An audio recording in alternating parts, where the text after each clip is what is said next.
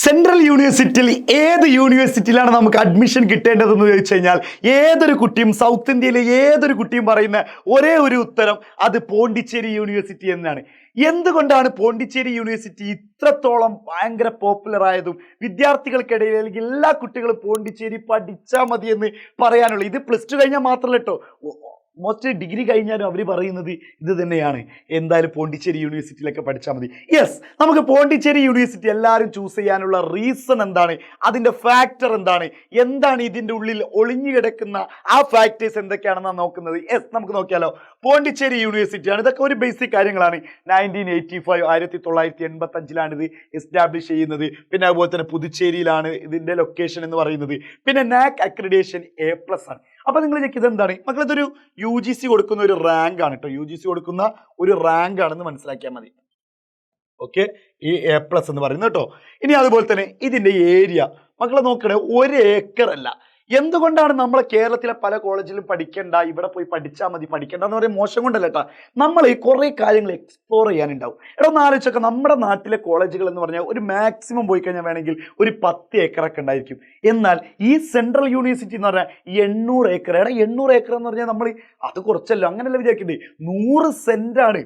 എന്തെന്ന് പറഞ്ഞാൽ 1 ഏക്കർ എന്ന് പറയുന്നത് നമ്മുടെ വീടിന്റെ ഭാഗം ഒരു 10 സെന്റ് അല്ലെങ്കിൽ 20 സെന്റ് ഒക്കെ ആയിരിക്കും. അങ്ങനത്തെ 100 സെന്റാണ് 1 ഏക്കർ എന്ന് പറയുന്നത്. ഇങ്ങനത്തെ 800 ഏക്കർ ഏതെന്ന് പറയുന്നത് ഈ പറയുന്നത്. ഓക്കെ ആണല്ലോ. പിന്നെ largest university campus in south India. South ഇന്ത്യയിലെ തന്നെ ലാർജസ്റ്റ് യൂണിവേഴ്സിറ്റി, ഏറ്റവും വലിയ യൂണിവേഴ്സിറ്റിയാണ് ഈ പറയുന്ന പോണ്ടിച്ചേരി യൂണിവേഴ്സിറ്റി. പിന്നെ അതിൻ്റെ കുറേ കാര്യങ്ങൾ, അഡ്വാൻസ്ഡ് സയൻസ് ലബോറട്ടറീസ് ഉണ്ട്. പിന്നെ അതുപോലെ തന്നെ സെൻട്രൽ ലൈബ്രറി. ഈ ലൈബ്രറിയുടെ കുറച്ച് ഫീച്ചേഴ്സ്. എടാ നമ്മൾ എന്തുകൊണ്ടാണ് അവിടെ പഠിക്കാനുള്ള റീസൺ നമ്മൾ പറയും, നമ്മൾ അവിടുന്ന് പഠിച്ചിറങ്ങുമ്പോഴേക്കും സെറ്റ് ആയിരിക്കടാ. അതായത് ലൈഫ് എക്സ്പ്ലോർ ചെയ്തിട്ടുണ്ടാവും, എന്നാൽ നമ്മുടെ അക്കാഡമിക്കലി നമ്മൾ അടിപൊളിയായിട്ടുണ്ടാവും. അപ്പോൾ അതിൻ്റെ ലൈബ്രറി സെറ്റപ്പ് ഒക്കെ നോക്കിയേക്കാം.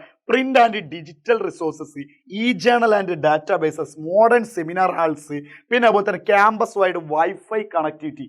എവിടെ നിന്ന് നിങ്ങൾക്ക് എന്ത് റിസോഴ്സുകൾ ആവശ്യമുണ്ടെങ്കിൽ അവിടെ ഉണ്ട് എന്നാണ് അതിൻ്റെ മനസ്സിലാക്കേണ്ട ഒരു കാര്യം.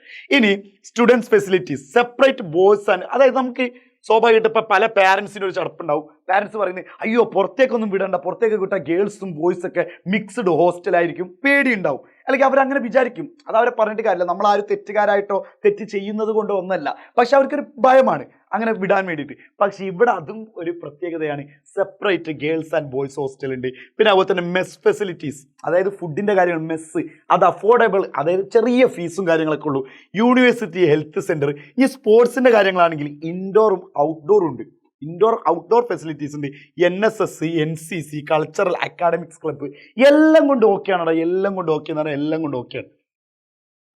പിന്നെ അതുപോലെ തന്നെ UG പ്രോഗ്രാംസ് ഏതൊക്കെയാണെന്ന് വെച്ചാൽ school of physical, chemical and earth science ഏതൊക്കെയാണെന്ന് നോക്കാം. ബാച്ചിലർ ഓഫ് സയൻസിലാണെങ്കിൽ അപ്ലൈഡ് ജിയോളജി ഉണ്ട്, കെമിസ്ട്രി ഉണ്ട്, ഫിസിക്സ് ഉണ്ട്, മാത്സ് ഉണ്ട്, സ്റ്റാറ്റിസ്റ്റിക്സ് ഉണ്ട്.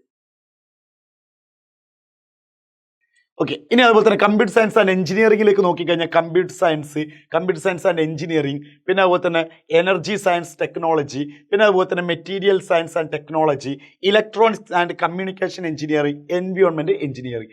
ഈ സ്കൂൾ ഓഫ് ഹ്യൂമാനിറ്റീസ്, ഇതാണല്ലോ നമ്മളെ പിള്ളേർ നോക്കുന്നത് മെയിനായിട്ട്. ഹ്യൂമാനിറ്റീസ് കോഴ്സുകൾ ഏതൊക്കെയാണെന്ന് വെച്ച് കഴിഞ്ഞാൽ, എടാ നോക്കണേ, ഹിസ്റ്ററി ഉണ്ട്, പൊളിറ്റിക്കൽ സയൻസ് ഉണ്ട്, സോഷ്യോളജി ഉണ്ട്, ഫിലോസഫി ഉണ്ട്. നിങ്ങൾ കൂടുതലും ചിലപ്പോൾ ഇതായിരിക്കും 3 ആയിരിക്കും ചൂസ് ചെയ്യുന്നുണ്ടാവുക, ഹിസ്റ്ററി, പൊളിറ്റിക്കൽ സയൻസ്, സോഷ്യോളജി.